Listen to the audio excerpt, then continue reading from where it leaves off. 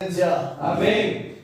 Fuerte y claro, compañeros, ¿quién nos tiene y nos trajo aquí? Dios, concédeme la serenidad para aceptar las cosas que no puedo cambiar, valor para cambiar aquellas que sí puedo y sabiduría para reconocer la diferencia. Fuerza, hoy es el mejor día de mi vida, mañana será mucho mejor. Si Dios con nosotros, ¿quién contra nosotros? Viva Dios, viva la recuperación y un aplauso para Dios.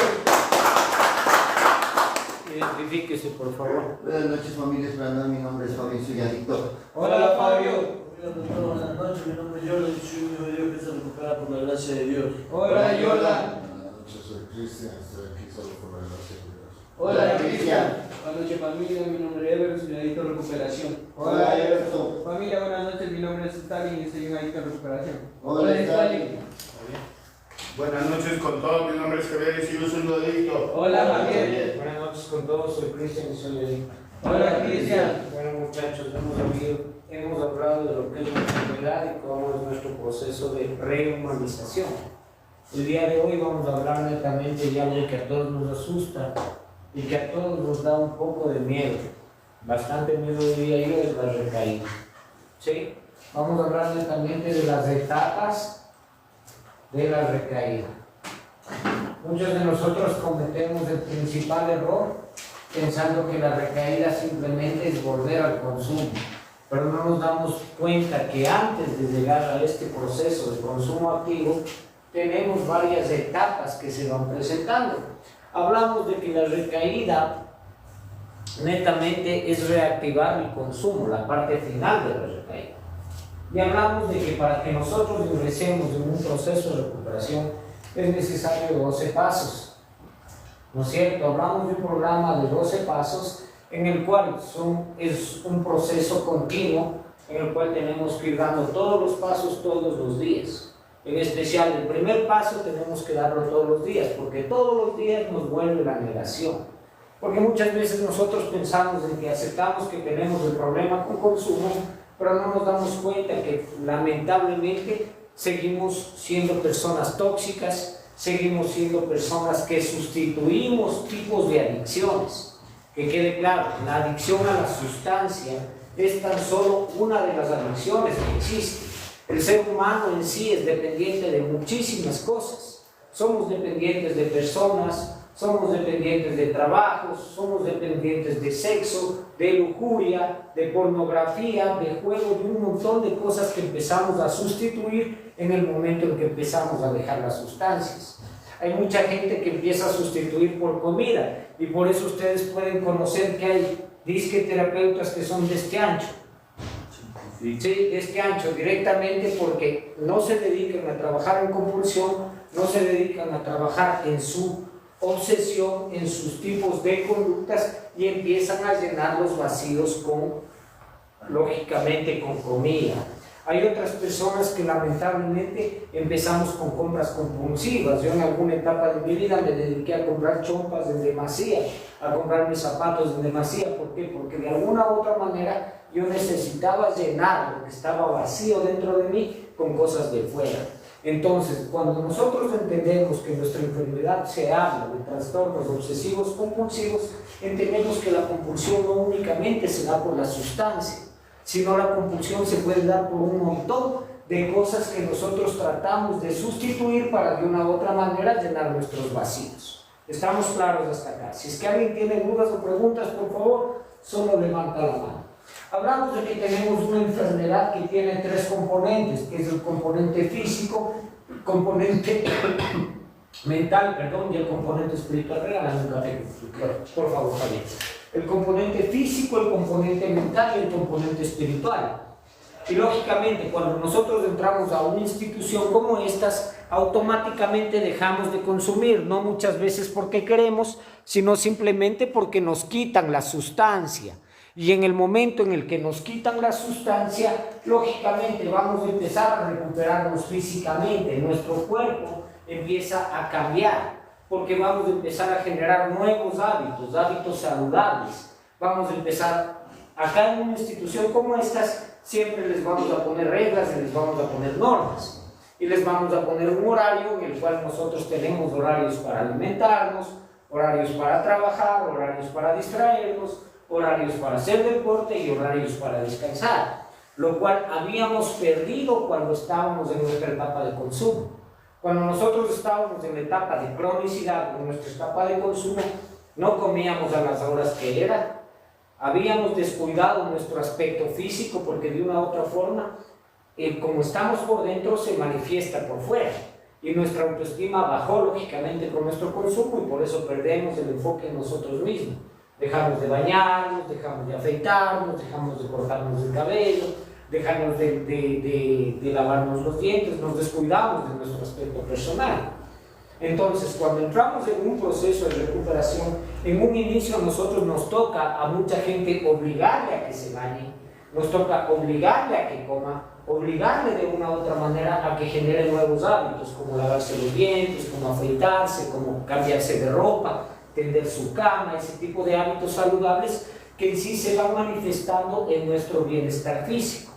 Porque en el momento en que yo tengo un hábito de comer y empiezo a comer a las horas saludables, y empiezo a las horas que debe ser, con horarios, y empiezo a comer comida saludable, ¿qué pasa con mi cuerpo?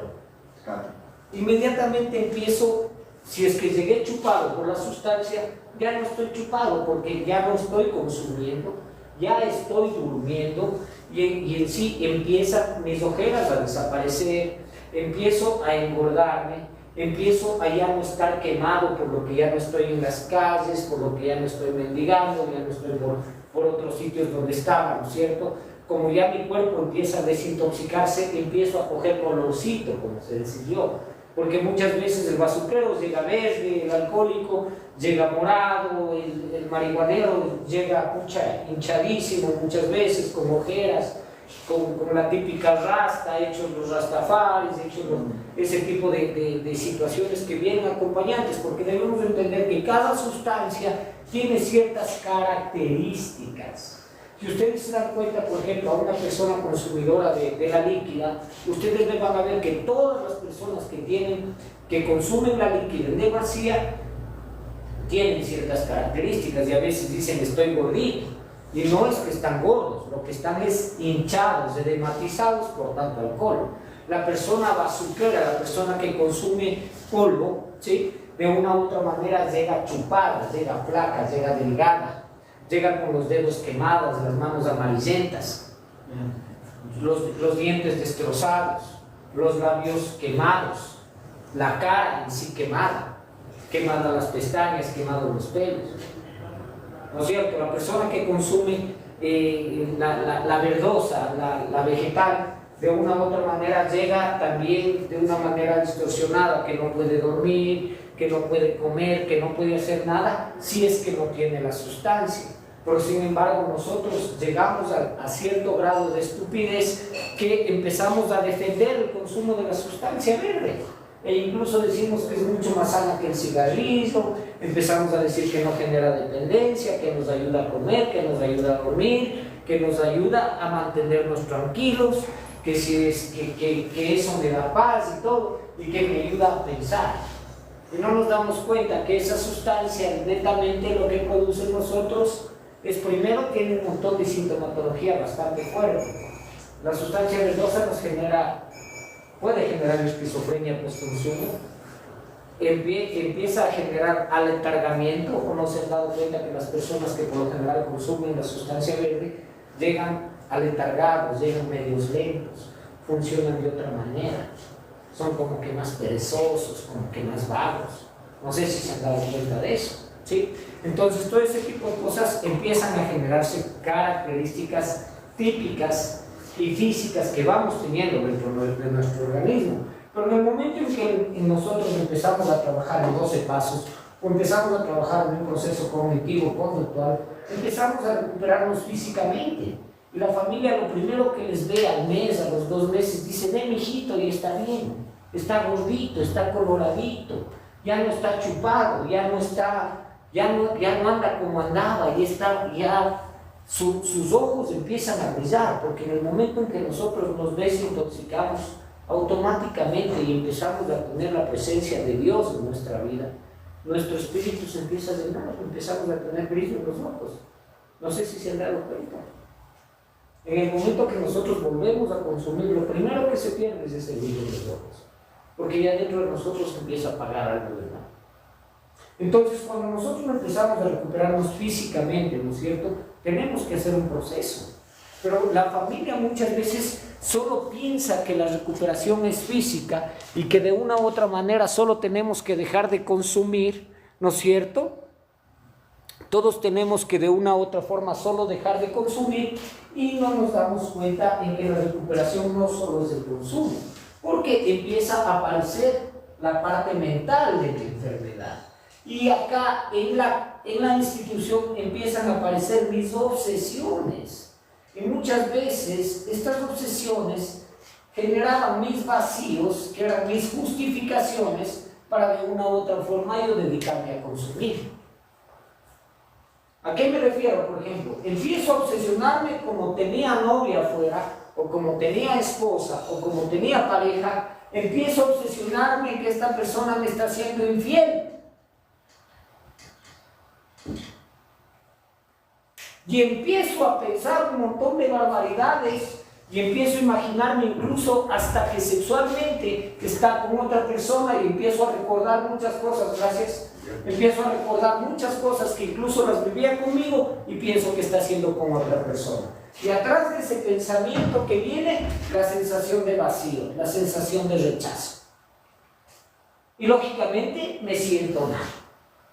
Empiezo a obsesionarme pensando en mi mañana, en mi futuro. Y empiezo a meterme un montón de miedos. ¿Y qué pasa si salgo y no encuentro trabajo? ¿Y qué pasa si salgo y mi familia no me perdona? ¿Y qué pasa si salgo y nadie me da una oportunidad? ¿Y ahora de qué voy a vivir? ¿Y ahora cómo me voy a enfrentar a la vida?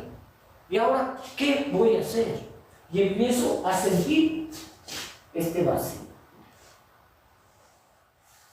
Mi obsesión también se da por pensar en mi pasado, porque este pasado me hace sentir culpable de tanto daño que vengo haciendo, porque al momento en que yo estoy desintoxicado físicamente, automáticamente mi cerebro empieza a funcionar de una manera, como quien dice, se empieza a acostumbrar nuevamente a ser un ser humano y se empieza a acostumbrar nuevamente a tener emociones y pensamientos. Esos pensamientos y esas emociones que yo las opacaba con consumo, porque yo estaba ansioso, me prendía una, pasaba la ansiedad. Estaba triste, me prendía uno, pasaba la tristeza. Estaba feliz, me prendía uno, pasaba la felicidad. Siempre estaba apagando mis emociones. Y lógicamente, cuando yo empiezo a pensar en mi pasado, empiezo a darme cuenta de todo el daño generado. Porque ninguno de nosotros está acá porque ha sido santo. Todos hemos llegado porque hemos tenido una vida de miseria. Y porque hemos generado mucho dolor en las personas que más amábamos. Y en las personas que más nos amaron. Hemos generado mucho dolor. Y ese daño, ahora que estoy desintoxicado, empiezo a acordarme. Empiezo a acordarme y lógicamente empiezo a sentir culpa. Y esta culpa hace que yo sienta un vacío.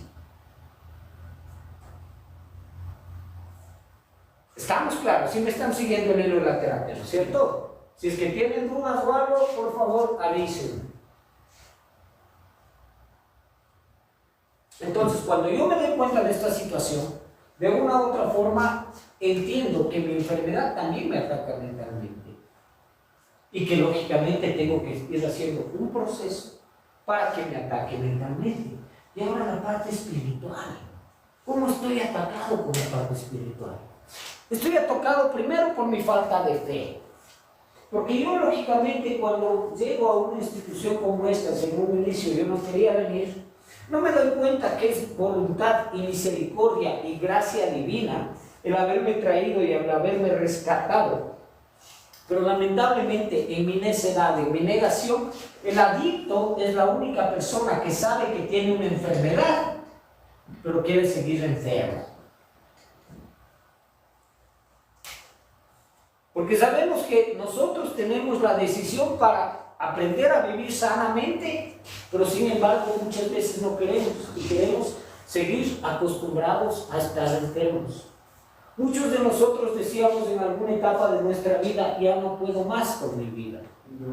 Ya no doy más con mi forma de consumir, ya no doy más con el caos que he generado, porque cada vez que consumíamos se generaba un caos enorme en todo nuestro entorno. Muy difícil. Y cuando nosotros ya nos damos cuenta que estábamos enfermos, pero sin embargo nos decían cambia, no nos daba la gana o simplemente no podíamos cambiar, pero tampoco hacíamos nada por cambiar. Porque herramientas tuvieron. Porque afuera sabían que hay grupos de 12 pasos para que puedan asistir, no les dio la pena de ir. Sabían que pueden ir a una iglesia también, que a mucha gente les sirve el apoyo espiritual solo con la iglesia. Tampoco les dio la gana de ir.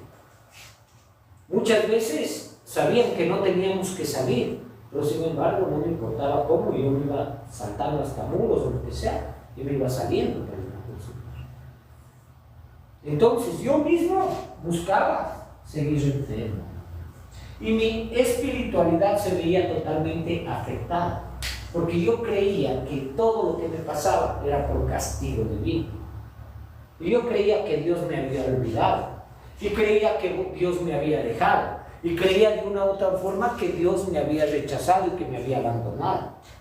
Y no me di cuenta y no me daba cuenta. Y en una institución como estas, empiezo a darme cuenta de que Dios solo está esperando que yo le haga así para él nuevamente tomarme la mano.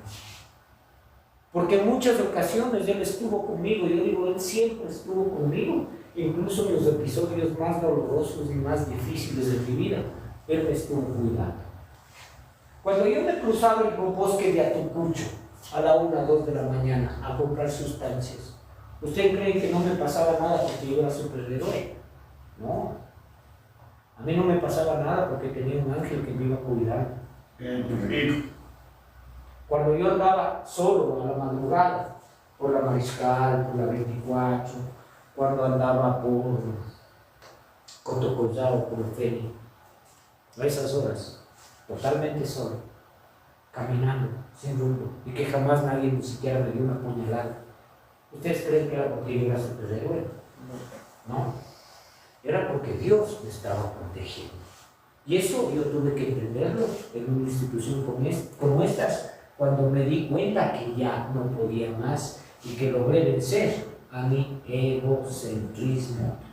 Porque esta espiritualidad venía enmascarada con mi egocentrismo, el creerme que yo lo puedo todo y el creerme que yo puedo hacer todo absolutamente solo.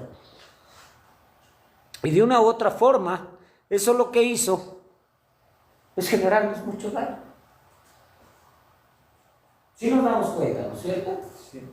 Entonces, yo para llegar a tener este tipo de recuperación física, mental y espiritual, es un proceso que no solo lo hago 12 pasos, porque muchos de ustedes piensan que con leerse la literatura y con aprender y con llenar las hojas de la guía de los pasos ya está.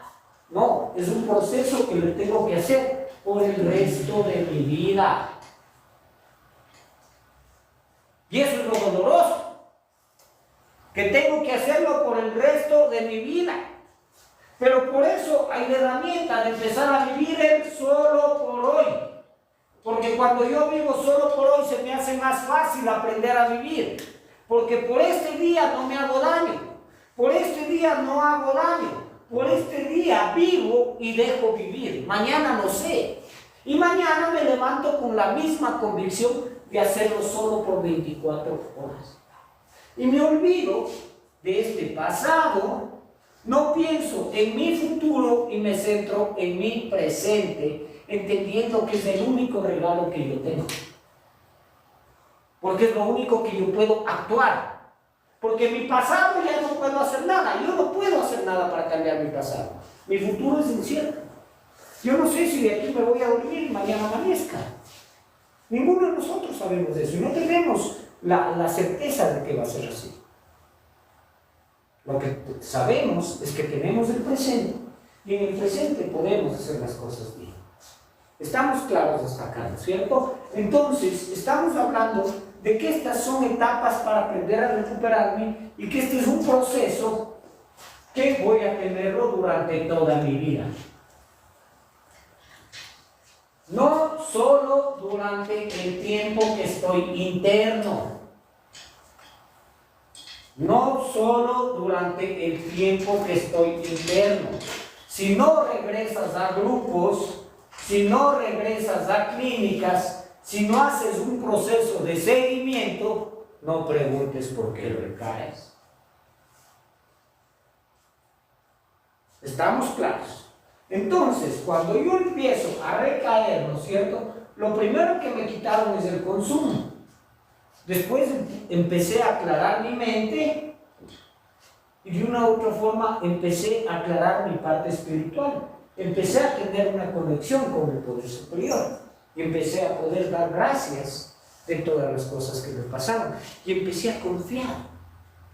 Porque acá a mí me gusta mucho verles cómo se arrodillan, me gusta mucho ver cómo su brillo va cambiando. Certifico. Me gusta mucho ver cómo empiezan a tener fe. Pero ¿qué pasa cuando se finalizó mi proceso de internamiento? Vamos por partes. A ver, háblame un poquito cómo está tu relación con tu poder superior, Jordan. Bueno, buenos días.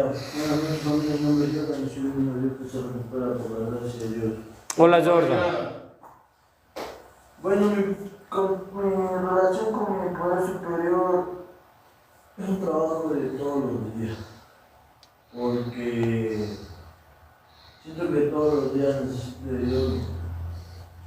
Yo en un pasado aprendí sobre lo que es la palabra, sobre lo que es estar al cuidado de un Dios vivo, ¿no? Pero por mi desobediencia y por mi falta de fe, pues me alejé de esos caminos. ¿Qué originó tu falta de fe? Quizás las cosas lo que no entendía de cómo actuaba Dios en mi vida, ¿no? De que no entendía cómo Él hacía llegar todas sus bendiciones hacia mí. Creía que no me escuchaba, creía que estaba solo. ¿Por qué? Porque me sentía solo. Porque no te salían las cosas como vos querías. Y de una u otra forma nosotros tenemos que entender que aprender a vivir en recuperación no es como yo quiero, sino es como me conviene. Y eso es doloroso, que la voluntad de Dios no siempre es mi voluntad. Por eso en el paso 11 nos dice: busco a través de la oración y la meditación mejorar mi contacto consciente con Dios, tal como lo consigo, pidiéndole solamente obtener su voluntad para conmigo y la fortaleza para cumplir. Lo que pasa es que muchas veces yo pienso que mi voluntad es la voluntad de mi poder superior. Y muchas veces yo peleo contra esa voluntad de mi poder superior porque me gusta manejar las cosas a mi manera. Y solo des en cuenta, por ejemplo, en el caso de una relación fallida. Hemos intentado todo para volver a estar con esa mujer, no se ha dado. Ha habido un montón de señales en que no se da. ¿No es cierto? Empezamos a guerrear, empezamos a irnos contra todo el mundo, le perdonamos, nos perdona, llegamos nuevamente a tener esa relación, ya nuestro poder superior dice: bueno, anda a prueba. Probamos y estamos ahí metidos y nos damos cuenta que eso no fue lo que nosotros necesitábamos, porque de una u otra forma seguimos envueltos en la relación tóxica y no entendemos que cuando Dios nos retira personas del camino, no es porque Él es malo, sino porque nos está protegiendo y porque a la otra persona también nos está protegiendo de nosotros. Porque acá no podemos ser egoístas. Yo cuando había perdido a mi familia, yo le decía a un pastor en alguna ocasión, le decía: si me hablas de que Dios es tan bueno, ¿por qué Dios me quitó a mi familia? Y él me decía: Dios nunca te quitó a tu familia. Dios te dio una familia y tú lamentablemente no pudiste sostenerla. y por eso perdiste tu familia. Y yo entendí que en ese momento era mucho mejor. Después, ahora con el tiempo, entiendo que fue mucho mejor que me retire a las personas que estaban a mi lado, porque de una u otra forma empezó a protegerlas a ellos. Porque yo en ese entonces era un monstruo. Y aceptar eso y admitir eso es doloroso. Pero nosotros queremos simplemente que Dios venga y haga el milagro. Pero ¿qué hacemos para que ese milagro sea posible? ¿Qué estamos haciendo para que las cosas se den? Porque no es que, a ver, Dios, dame trabajo. Y me voy a sentar aquí a esperar que me dé trabajo. Eso no va a pasar. Yo tengo que empezar a buscar mi parte para que las cosas se den. Y como yo lamentablemente caigo en un ambiente de mediocridad, en un ambiente de conformismo, y muchas veces incluso soy muy severo conmigo mismo, y soy muy exigente, y las cosas no salen como yo quiero, automáticamente empiezo a perder la fe. Y mi espiritualidad, que cuando estoy acá arriba, empieza a disminuir. Otro problema que nosotros tenemos es la autosuficiencia. Esta autosuficiencia directamente ataca a mi espiritualidad. Porque la autosuficiencia nuevamente alimenta a mi ego. Y nuevamente me creo que no necesito ayuda. Y me creo que no necesito de nadie más. Y como salgo de una institución como estas y el equipo terapéutico, porque acá somos expertos en reunir familias y a ustedes les consta, Certifico. somos expertos en reunir familias, reunimos familias y aparentemente todo está bien. Y como todo está bien, me olvido de la gratitud, me olvido de dar las gracias a mi poder superior, me olvido de tener nuevamente esa conexión con mi poder superior. Y lógicamente, si es que ya pierdo la conexión con mi poder superior, ¿qué pasa automáticamente? Empiezo a sentirme desprotegido. Y como ya estoy desprotegido de mi poder superior, automáticamente los primeros pensamientos empiezan a dañarme y viene la recaída mental. Porque primero, antes de la recaída física, viene el espiritual y de ahí viene la mental. Y viene esta recaída mental que le llamamos la típica recaída emocional. Y como las cosas no salen bien, automáticamente empezamos a frustrarnos. Ustedes vieron el episodio que yo tuve que vivir esta semana. ¿Ustedes me vieron en algún momento que perdí la fe? No. Al contrario, más confié en Dios. Y no tenía un centavo. Y más confié en Dios y Dios me dio la oportunidad y la fortaleza para el día de ayer a poder cumplir el compromiso. Amén. Y no perdí la fe. Y estaba tranquilo. ¿Por qué? Porque sé de dónde Dios me sacó. Y porque sé de dónde yo vengo. Y sé todo lo que ha hecho conmigo Dios. Pero ¿saben por qué me mantengo así? Porque practico oración diaria. Porque yo no estoy necesitando que me vean en un devocional que me arrodillo, porque yo voy a mi cuarto y me arrodillo en mi cuarto.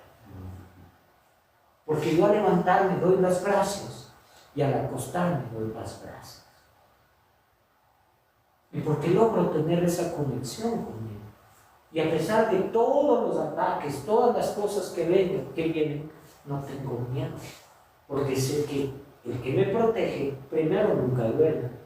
El que me protege jamás ha perdido una batalla. Y el que me protege pelea mis batallas por mí. Porque hay momentos en que yo en mis fuerzas ya no puedo. Y ahí es cuando le entrego el control. Y cuando le entrego el control, las cosas empiezan a cambiar. Porque sé que mi barca no se hunde. Porque yo, como me gusta el camino rápido, Yo por mí me fuera por los rápidos, me fuera por las piedras, y quién sabe, mi barca se golpea y se termina hundiendo. Y a veces las cosas no se dan y nosotros tenemos que trabajar en paciencia. ¿Y qué es la paciencia? ¿Qué es la paciencia, querido Everson? Ciencia. ¿Sí? ¿Qué es paciencia?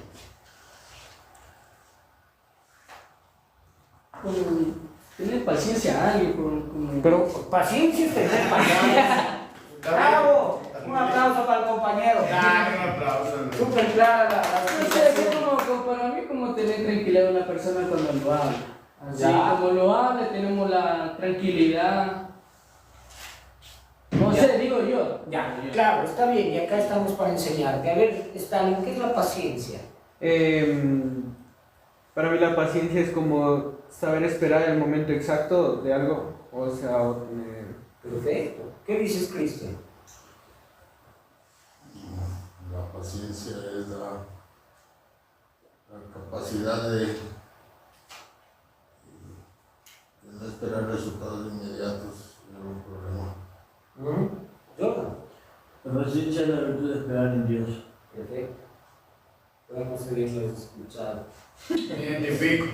Es el arte de esperar en Dios. El arte de esperar en Dios. Cuando nosotros aprendemos a esperar en Dios, sabemos que los resultados siempre van a ser buenos.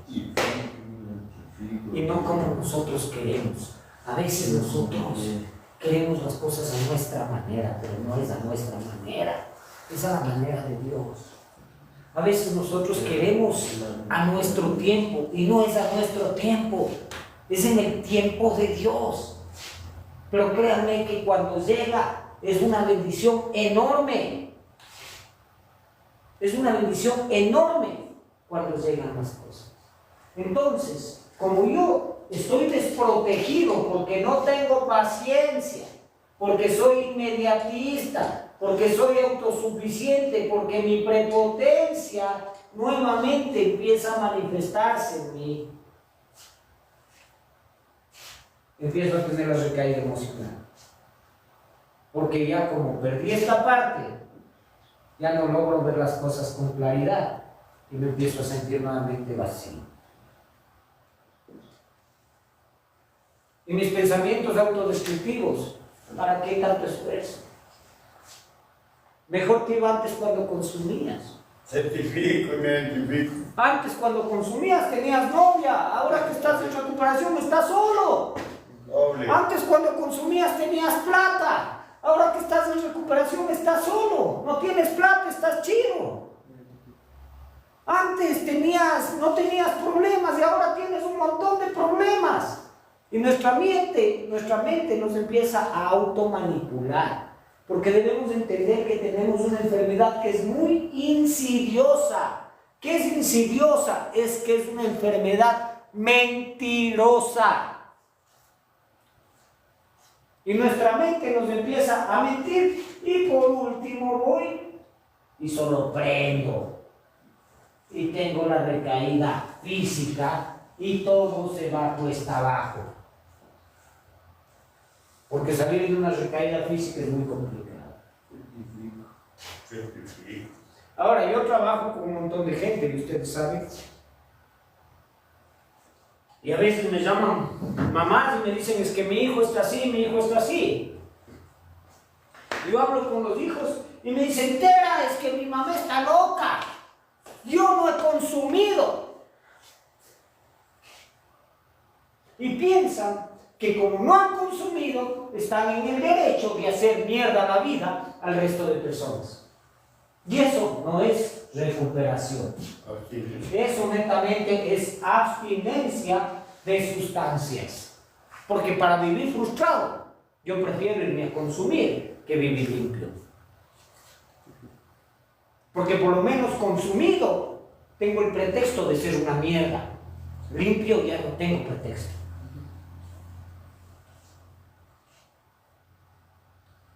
Y mucha gente se enmascara en eso. Y mucha gente, es que ustedes son locos, me dicen. Y mucha gente yo le he dicho, oye, brother, ¿Dónde está tu conexión con tu poder superior? La he perdido. Empieza con sus pensamientos. ¿Dónde están tus pensamientos? Empieza a atacar tu mente, empieza nuevamente a hacer un proceso, empieza a rendirte nuevamente, empieza a hacer nuevamente un primer paso. Ay, pero usted está loco, no he consumido. Y las mamás, ay, Cristian, usted también es muy extremista con mi hijo. Y después me llaman a decir, mi hijo está hecho mierda, mi hijo consumió, no sé cómo pararle, ya le dejamos solo. Porque muchas veces pensamos que únicamente el problema es el consumo y no nos damos cuenta que no es el consumo nuestro problema, sino nuestro problema somos nosotros mismos como personas y como seres humanos.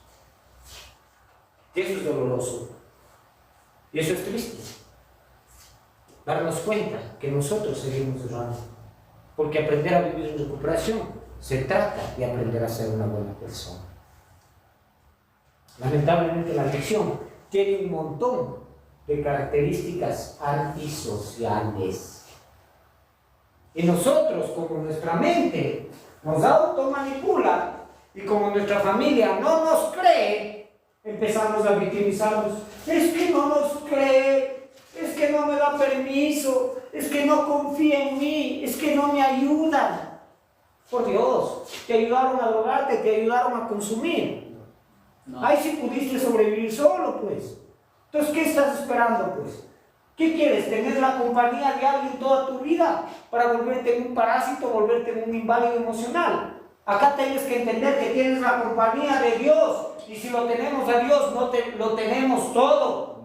Y no tenemos por qué tener miedo, porque Dios es nuestro sostén, porque Dios es nuestra roca, porque Dios es nuestra fortaleza. Entonces, para mantenerme limpio, 12 pasos. Para recaer, 3 pasos. Así de sencillo. Ahora vamos a ver detonantes que activan el proceso de recaída.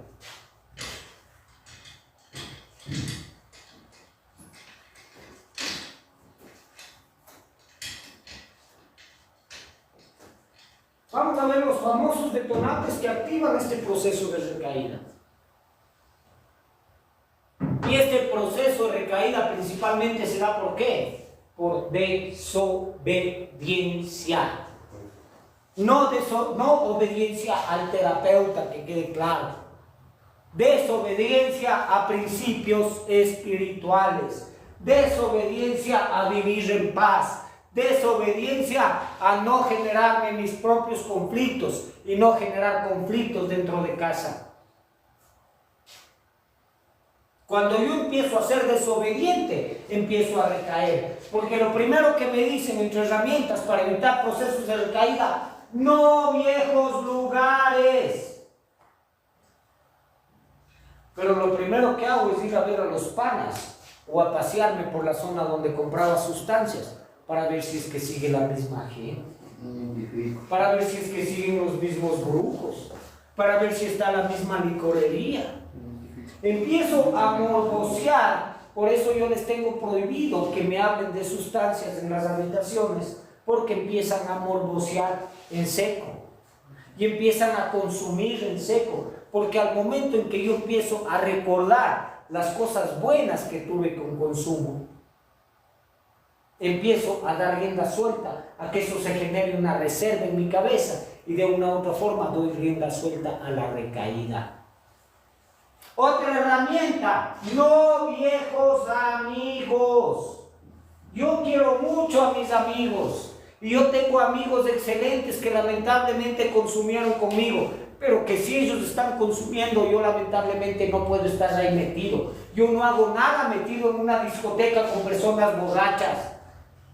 Yo no hago nada viendo cómo mis compañeros consumen o se drogan. No hago nada ahí.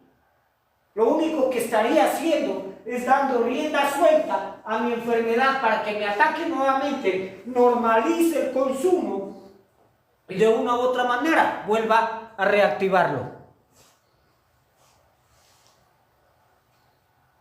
Entonces, ¿a dónde queremos llegar? No viejos lugares. No viejos amigos, no viejos esquemas. Estos famosos esquemas. Yo conozco gente y yo era de las personas que en consumo pedía plata a todo el mundo que me fíe plata y jamás pagaba deudas. Y conozco disque terapeutas que dizque tienen 20 años de recuperación y siguen haciendo lo mismo. Y siguen, cada vez que me ven, presto unos $5, prestan $10. O cada vez que les presento a alguien, lo primero que hacen es pedirle plata. Es un esquema que directamente no te hace vivir en recuperación, sino te hace reactivar tu enfermedad de una u otra manera. No viejos esquemas, un esquema, ir a prostíbulos. ¿Qué carajo van a hacer ustedes en un prostíbulo? A dar rienda suelta a la enfermedad, activar lujuria, activar egoísmo, activar desvalorización, a comprar amor, a ser mendigos de amor, a pagar para que les quieran. Eso es lo que están haciendo. Pagar para que te digan qué bonito que estás. Para que te digan papito. ¿Sí o no? ¿Ya? ¿Qué hacemos en una discoteca? ¿Qué hacen en una discoteca? Baila. ¿Ya? ¿Qué hago yo en una discoteca? No hago nada. Dices que voy de vez en cuando a una discoteca. Es hasta cierto límite. Y con personas, y siendo selectivo con el grupo de personas con el que voy. Porque otro problema es que no somos selectivos y pensamos que podemos andar. Y como ya no bebo, yo soy el conductor designado. Y voy llevando a la cátedra de borrachos. ¿Ustedes creen que eso aumenta su proceso de recuperación? No. Eso al contrario. Daña su proceso de recuperación porque de una u otra manera empezamos a normalizar ese tipo de conductas. Otra cosa que te dice, no enganches emocionales. Y muchos de ustedes piensan que el enganche emocional únicamente será con mujeres o con el sexo opuesto. Y no se dan cuenta que ustedes pueden tener enganche con un hermano, pueden tener enganche con un padre, pueden tener enganche con una hermana. Enganche emocional es no llenarte y no intoxicar nuevamente tus emociones. Porque empiezas a intoxicar nuevamente tus emociones. Empiezas nuevamente a dañar tus emociones. ¿Qué pasa? ¿No tienes estrés? Sí, que se acabó. Córrete a mi oficina, ahí encima del escritorio, y me espero. Te espero para que vengas después.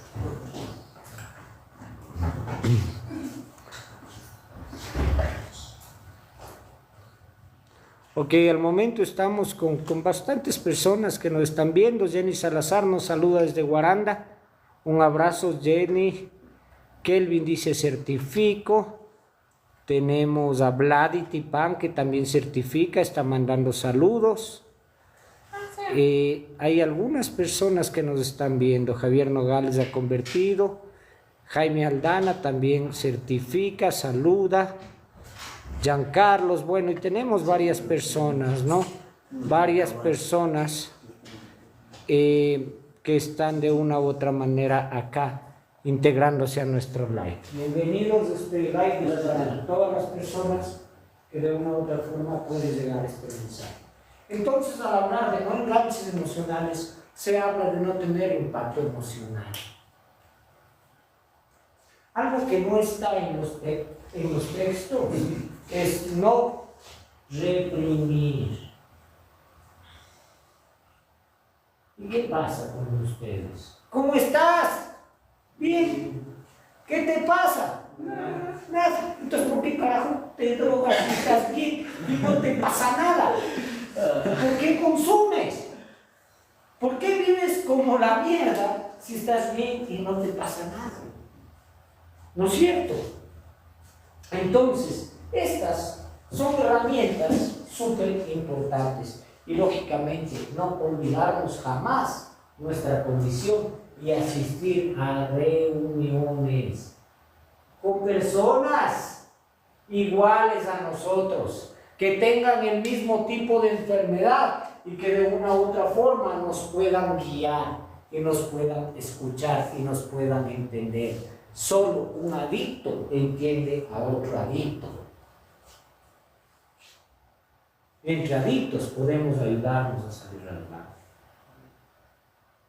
Todo lo demás, la parte psicológica, la parte psiquiátrica, los famosos coach, las famosas, un montón de cosas, son componentes y son complementos. Pero quien mejor va a entender a un adicto es otro adicto en recuperación. Y eso es súper importante. Entonces, cuando nosotros tenemos estas cosas claras, vamos a identificar que tenemos 4 componentes principales para empezar a recaer. Y en un componente principal, muchas veces nosotros nos enmascaramos en que la recaída solo se va a dar cuando estamos tristes. Y no nos damos cuenta que es mucho más fácil recaer cuando estamos alegres que cuando estamos tristes. Porque cuando estamos tristes nosotros de una u otra manera aprendemos a pedir ayuda. Pero cuando estamos alegres nos creemos autosuficientes y alimentan mentalmente a nuestro ego. Y ahí tenemos 4 componentes y tenemos el primer componente, el irrelevante positivo. Este componente, mañana te tomo lección porque eres el único que no está notando. Así que mañana te tomo lección de la terapia. ¿David? ¿Sí? El irrelevante positivo, de una u otra manera, habla sobre cómo yo voy alimentando mis emociones positivas poco a poco sin darme cuenta. Y aquí vienen, por ejemplo, las felicitaciones constantes de familia o amigos. Porque muchos amigos vienen y te ven y te dicen, oye, qué bien que te veo, ¿qué hiciste? Ah, es que entré en recuperación. Y me inflo el ego y la familia te dice, oye, te veo bien. Sí, gracias a Dios estoy bien. Y empiezo ahí. Empiezo a llenarme de ego. Empiezan a salirme las cosas bien. Porque cuando estoy en un proceso, automáticamente en un inicio las cosas me empiezan a salir bien. Y como todo empieza a salir bien, empiezo a llenarme de ego nuevamente. Y empiezo a olvidarme de mi parte espiritual. Y me empiezo a olvidar porque pienso que todo lo estoy haciendo yo. Pero no me doy cuenta que yo no estoy haciendo nada. Sino que Dios es el que me está facilitando todas las cosas para que yo pueda vivir mejor. Pero a veces pienso que soy yo y es mi propio esfuerzo. Y sí, no podemos desmerecer su esfuerzo. Porque lógicamente Dios hace su parte y el resto hacemos nosotros. Pero nos olvidamos de esa gratitud. ¿Y qué pasa cuando yo me olvido de ser grato? Automáticamente pierdo la abundancia. Porque abundancia no es tener en demasía. Abundancia es tener lo necesario para poder vivir tranquilo. Entonces, felicitaciones constantes, las cosas me empiezan a salir bien, empiezo a tener trabajo, empiezan a darme un poquito de confianza. Ya meto la mano al bolsillo y veo que ya tengo $5 y esos $5 ya no me gasté en sustancias. Ya veo que puedo ir por ahí por la calle y me ganan un heladito y me compro el heladito. Y todas esas cosas me hacen olvidar de dónde vengo. Después viene el factor relevante positivo. ¿Qué es este factor relevante positivo? Es cuando hay una emoción fuerte, bastante grande, pero una emoción positiva bastante fuerte. Es decir, por ejemplo, me dan un ascenso en el trabajo, me compro un carro, me gano la lotería. Y cuando hay emociones fuertes, bastante positivas, también hacen que yo lentamente alimente mi ego y genere prepotencia, genere autosuficiencia, y lógicamente esto hace que yo me olvide de mi poder superior. ¿Estamos claros? Dos factores positivos, emociones positivas. Hay que tener mucho énfasis y hay que aprender a identificar las emociones positivas. De hecho, hay un dicho que dice que si es que te sientes bien, que si es que te sientes mal, vayas al grupo caminando. Pero si te sientes bien, vete en un taxi. Porque no te vas a dar cuenta el rato que te desvíes.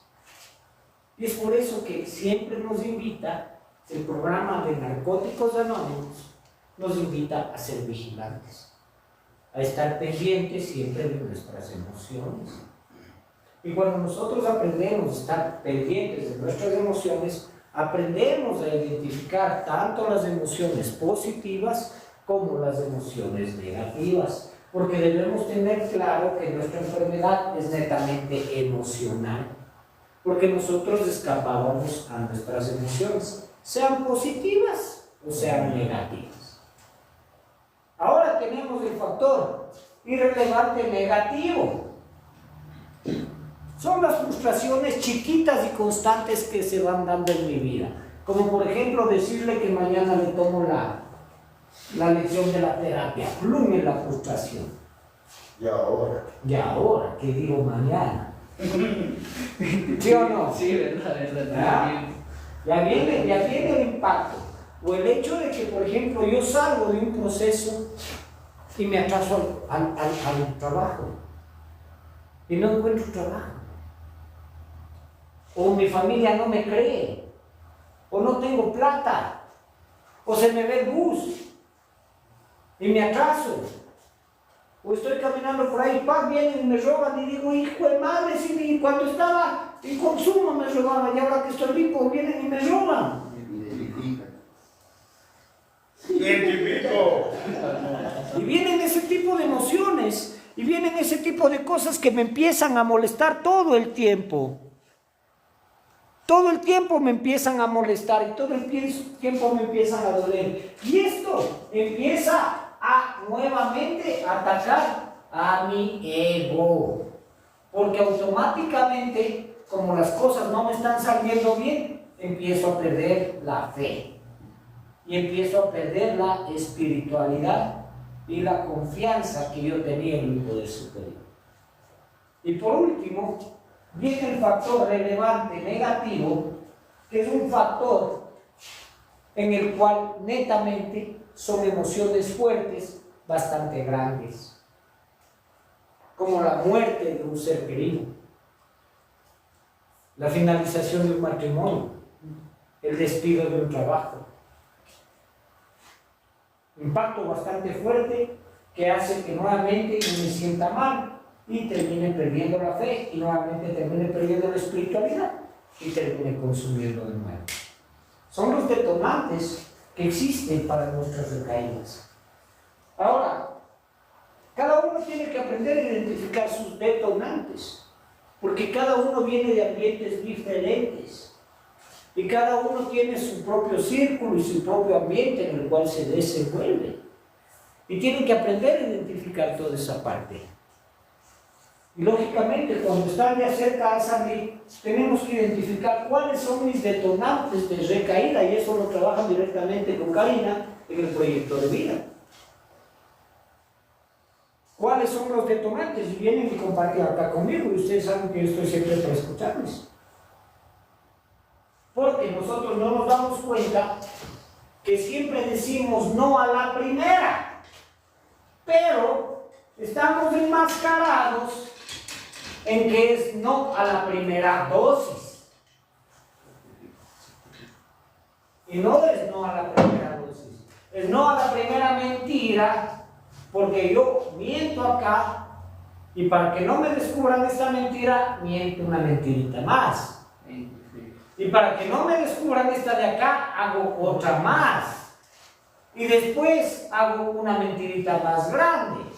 y hago otra mentira más grande, más grande, más grande, y esto se llama el efecto o el fenómeno de la bola de nieve, que empieza a crecer desde una bola chiquitita, va aumentando hasta que hay un momento en que las cosas están acá bastante fuertes y que de una u otra forma yo ya tengo un punto de no retorno que me termina llevando al consumo nuevamente, porque hay un impacto emocional bastante fuerte que de una u otra forma me ataca.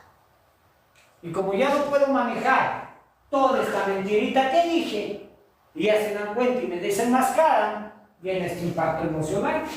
Y para escapar de ese impacto emocional, termino consumiendo. No a la primera lujuria. Porque yo veo lujuria, y acá ya no voy a ver solo un día, sino ya voy a ver más. Ya después voy a dar rienda suelta a mi lujuria, voy a meterme nuevamente con prostitutas, voy a meterme nuevamente con, no sé, a ser infiel a mi esposa, a mi relación, y termino nuevamente con el impacto emocional. Porque todo esto va a atacar a nuestras emociones, porque debemos tener claro que nuestra enfermedad se manifiesta netamente con la parte emocional. Y lo primero que hacemos para entrar en un proceso de recuperación, entendemos que entramos acá, ¿por qué? Por el consumo, ¿no es cierto? Por este consumo entendemos que se daba, ¿por qué? Por apagar un sentimiento. Pero cada vez que yo trataba de apagar el sentimiento con el consumo, este solo era temporal y siempre iba a quedar nuevamente más consumo. Porque el rato que pasaba esto, porque esto es temporal, el sentimiento aumentaba. Y viene acompañado de culpa, de frustración, de ego, de prepotencia y un sinnúmero de cosas. Y para yo apagar esta cosa de nuevo, termino consumiendo nuevamente. Pero este consumo nuevamente es temporal y nuevamente me quedo con el sentimiento. Y se convierte en el círculo de la adicción. Sentimiento, consumo, consumo, sentimiento. O consumo, sentimiento, consumo, sentimiento. Y lo primero que llego a una institución como esta hace y me quitan el consumo. Y me quedo con el sentimiento. Y empiezo a trabajar en este sentimiento, empiezo a trabajar de una u otra manera, a conocer mis sentimientos, salgo de acá, ya no tengo consumo, pero sigo con mis sentimientos. Y si es que no pongo énfasis en mis sentimientos, nuevamente voy a terminar consumiendo. Y se reactiva nuevamente el ciclo. Una recaída no es un accidente. Una recaída siempre está planificada muchas veces. Y hay gente que recae desde aquí adentro, que ya sabe pensando en que puede aprender a consumir con éxito. Y algo importantísimo que deben entender es que el éxito no va de la mano con el consumo. Porque éxito no es tener plata, éxito no es tener posición, éxito no es tener estabilidad laboral, económica.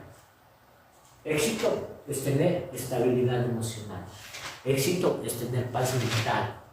Y en el momento en que yo consumo, automáticamente mi enfermedad misma me hace sentir una basura y me hace sentirme avergonzado de mis compañeros, avergonzado de mis terapeutas, acompañado de las personas que me han dado la mano. Y de una u otra forma, eso hace que yo no pida ayuda. Y que me enmascare nuevamente y termine siendo leña. Facilito, ¿no? A ver, Javier. Hay una pregunta que está en el TikTok que dice: mencionado Cristo, no podemos llamar recaída a un corto tiempo de limpieza, dice. ¿Perdón? Que no se puede llamar recaída solo un corto tiempo de limpieza. Exactamente, un solo corto de limpieza. Y es Ricardo, me parece, ¿no? Sí. Ricardo, un abrazo. Ricardo nos ve desde Perú. Es un gran amigo mío, un gran terapeuta. Un muy buen amigo y muy buen profesional. Sí, Ricardo, de hecho la recaída no solo habla, primero para hablar de recaída necesitamos hablar de un tiempo en recuperación, no abstinencia. No es lo mismo abstinencia que recuperación. La recuperación es aprender a tener una abstinencia sostenida.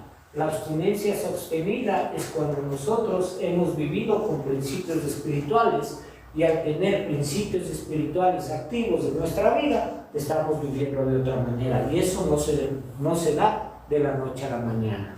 Para hablar de procesos de recaída, por lo menos hablamos de un año limpio y un año en proceso de recuperación. Antes de eso, es simplemente solo reactivar el consumo porque nos mantuvimos en breves periodos de abstinencia. En el Perú, entonces, los tratamientos mínimos son de 18 a 24 meses, porque también escribió un poco más arriba que es un corto tiempo de estadía en las clínicas aquí en Ecuador. Me imagino que allá son los periodos mucho más largos. Es que mucha gente piensa que estar en una clínica es vivir en recuperación. Y estar en una clínica no netamente es vivir en recuperación, porque estar en una clínica estás dentro de una burbuja en donde de una u otra manera estás protegido porque no hay sustancias. La recaída se da cuando ya has salido y desde ahí empiezas a aprender a vivir en recuperación. Cuando ya empiezas a poner en práctica todas las herramientas. Aquí adentro, por más que quieran consumir, no hay sustancias. Y afuera, de una u otra manera, es cuando nosotros ya no tenemos al terapeuta que nos esté poniendo atrás. Ya no tenemos a los guardias, ya no le tenemos al Javier que nos esté pegando el mazo. ¿Me entienden? O sea, ya no tenemos ese tipo de cosas que nos esté ahí, que nos joden, y que nos presionan, y que nos hacen un montón de cosas. Afuera yo tengo que aprender a vivir conmigo mismo. Y ahí es cuando yo tengo que darme cuenta si funcionó o no funcionó el proceso. Pero algo que deben tener bastante claro es que muchas familias, durante el tiempo que ustedes están acá, aprenden a vivir tranquilos. Y a veces la familia ya no les interna para que se recuperen, porque ya perdieron totalmente la fe. A veces las familias les internan para vivir en paz de ellos, porque es preferible tener el monstruo guardado que al monstruo afuera haciendo leña. Javier. Hay una señora que dice: ¿cómo hago para ayudar a mi pareja que deje de las drogas y el alcohol? Mi señora, lo primero que tiene que hacer es usted empezar un proceso para codependencia y fortalecerse. Y lamentablemente usted no puede ayudarle a su pareja, sino tiene que buscar ayuda profesional para que le puedan guiar. Porque uno de los graves problemas que tenemos los codependientes es que nos creemos salvadores de nuestro adicto y que de una u otra forma nosotros queremos ayudarle a que él tenga un proceso. La mejor forma de que usted le pueda ayudar es buscando una institución como estas para que le pueda enviar a su adicto para que él haga un proceso. Y la mejor forma que usted le puede ayudar es usted fortaleciéndose usted para no permitir ser víctima y ser tampoco el detonante para que él vuelva a consumir. ¿Sí? ¿Algo más, Javier? ¿No hay más preguntas? Eso es muy importante. Lamentablemente muchas familias quieren salvar a su familia. Y ustedes ven, acá a la institución viene mucha gente todo el tiempo. Mi teléfono está a 1000 todo el tiempo. Pero sin embargo las familias dicen: mañana voy, mañana voy, mañana voy. Y caen en el mismo juego de manipulación del adicto, porque a veces el codependiente está mucho más enfermo que el mismo dependiente. Y caen en el juego de manipulación porque ya no le vieron que bebió un fin de semana. Dicen: no, es que ya cambió. Como ya no chupó un fin de semana y está bien. Y lamentablemente viven en ese juego de nunca acabar, porque también se vuelve en un círculo vicioso. La promesa del adicto y la necesidad de creerle del codependiente. Porque el adicto promete, el codependiente le cree. Después, el adicto falta su promesa, pero le vuelve a prometer y el codependiente le vuelve a creer. Y este es el círculo del codependiente, porque tiene esperanza y no logra tomar decisiones. Y quiere que su hijo, lamentablemente, tome decisiones solo. Pero muchas veces no ponemos el alto para obligarle a que nuestro hijo tome decisiones. Porque de una u otra forma, al darle techo, al darle plata, al darle comida, al darle todo y no exigirle nada, estamos alimentando la adicción activa de nuestro hijo. Porque de una u otra forma nos volvemos alcahuetes de las conductas adictivas que tiene él. Cuando nosotros podemos tomar una decisión, si es que ustedes no quieren tomar la decisión de internar en un grupo, de internar en una clínica, tomen la decisión de cerrarle todas las puertas y verán que por necesidad ese adicto va a cambiar. Lamentablemente es así. El adicto jamás va a cambiar mientras tenga el colchón que soporta las caídas, porque jamás se va a dar cuenta. Me identifico con eso. El adicto va a cambiar únicamente cuando se dé contra el planeta y cuando, lamentablemente, el dolor es lo que nos hace generar esa necesidad de cambio. ¿Estamos claros? Entendemos cómo puede darse una recaída, entendemos cómo puede ser un detonante de recaída. A ver, Fabio, háblame de tus detonantes de recaída, por favor. Mágico iba a hacer una consulta sobre los detonantes mismos de etapa de la recaída, ¿no? ¿Se consideraría como un viejo esquema los sobrenombres, los apodos? ¿De qué manera afectaría eso como Porque son esquemas. Son esquemas nuevamente de consumo. Espérate que algo me está diciendo que mueva una ficha porque si no se va.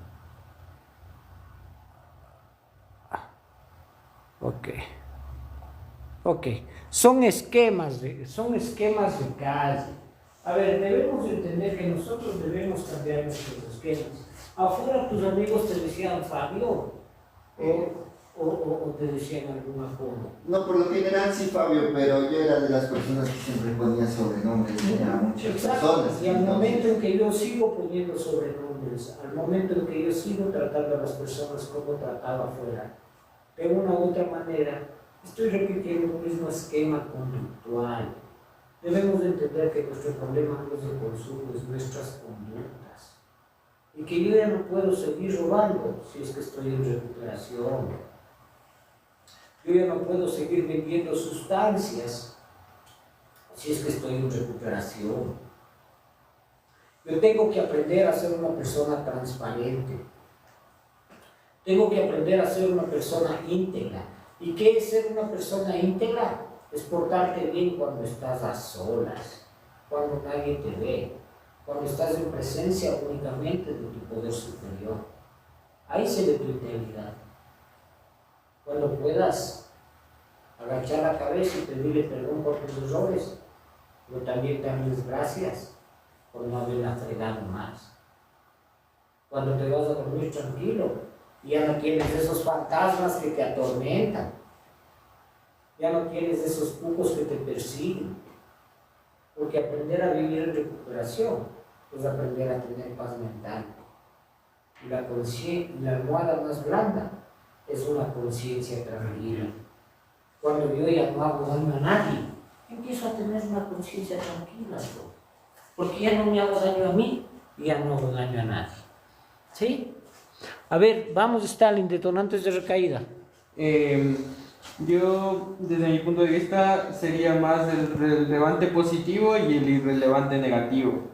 Porque muchas veces yo, en el modo de relevante positivo, yo festejaba, digamos así, porque mi equipo de fútbol ganó un partido importante. Ese era para mí una emoción así un poco fuerte y eso tomaba de excusa para mi consumo. Y el irrelevante negativo es cuando igual sufría emociones fuertes, pero así como tristeza, soledad, eso. Entonces, ¿es cierto lo que he dicho o inventado? Tiene toda la razón, la razón. A ver, tus detonantes, Emerson. Bueno, el detonante es cuando me salían las cosas bien. Cuando me salían las cosas bien, consumía. Ibas a festejar. Claro, festejaba yo. Todo lo de festejar cuando me salían las cosas bien. Cuando salían las cosas mal, me sentía triste y yo también consumía. Es que nosotros consumíamos porque llovía, porque hacía sol y por si acaso. Porque ya después empezamos a generar la dependencia y nos damos cuenta que nuestro estado de ánimo tan solo es un pretexto para consumir. Porque ¿qué es lo que pasa cuando tu familia te cacha consumiendo? ¿Qué es lo que le dices? Me siento solo, me siento triste, estoy deprimido. Las típicas justificaciones, tengo problemas. Las típicas justificaciones.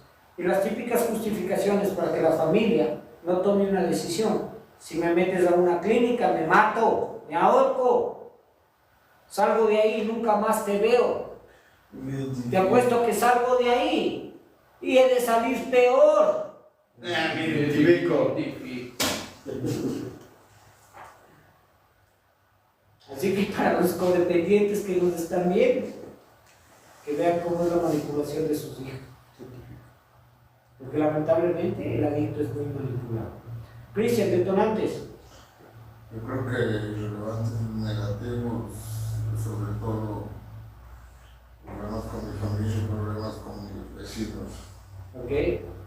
Problemas generados por qué. Creo que quizás la mayoría de veces con mi familia podría decir que por mí, mis vecinos realmente ellos me buscaban y explotaban. ¿Pero por qué te buscaron?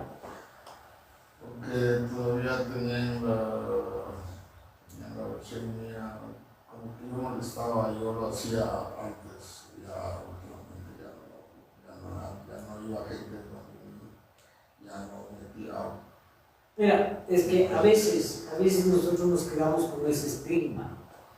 Y de una u otra forma, por ejemplo, a veces, en mi caso, ya no creen en mí. Por eso ya no genero un detonante en mí. Porque yo entendí que yo fui el causante de esa desconfianza. Yo fui el causante de ese rechazo. Y por último, son las famosas facturas que nos pasa la recuperación y con las cuales tenemos que aprender a vivir. ¿Sí? Esta recuperación no es fácil. No es fácil, señores. Pero tampoco es imposible si no hubiéramos personas que estamos aquí parados dando este mensaje de que sí se puede. No hubieran millones de personas que dejaron de sufrir.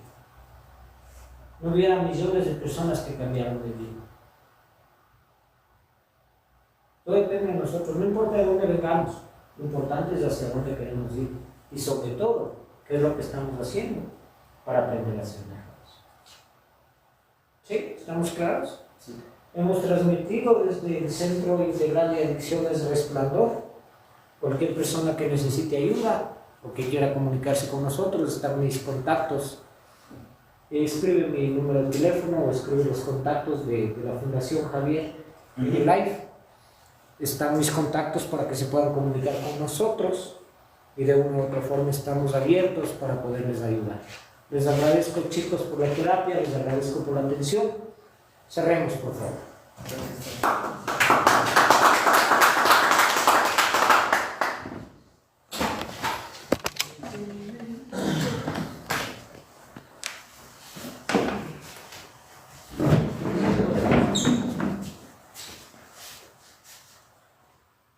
Reverencia. Amén. Compañeros, después de la labor de siempre, repiten después de mí.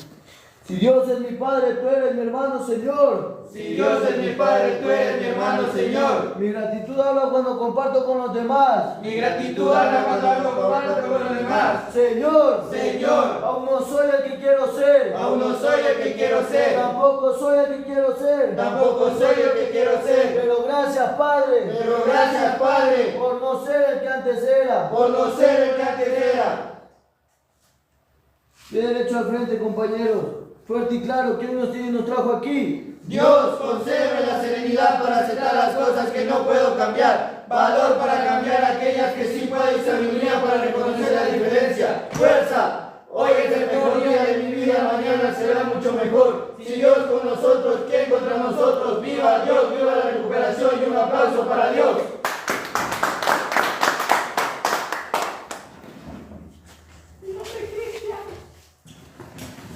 Gracias, muchachos.